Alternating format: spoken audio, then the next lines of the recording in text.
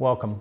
I'd like to introduce and show you today how to use the Histofreezer Flex replacement canister with cone accessories from other portable cryosurgery kits.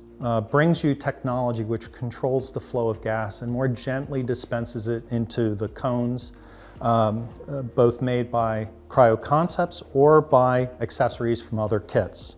To use them with other kits, it's very simple. You use the cone adapter supplied, place it onto the Histofreezer Flex replacement canister, invert it, select the cone that you'd like to use and place it over the lesion. In this video, I'm simply using the practice pad. You then place the cone adapter inside the cone against the wall and dispense the gas by pulling the trigger until the cone is filled to the prescribed fill level. Usually this is somewhere between 1/8 and 1/4 inch.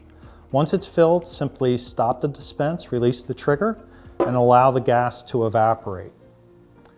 Once the gas is evaporated and the treatment is complete, clean your cone as per the instructions of the manufacturer. Store your Histofreezer Flex as we've instructed you in the kit, keeping the cone adapter for future use. And that's really it.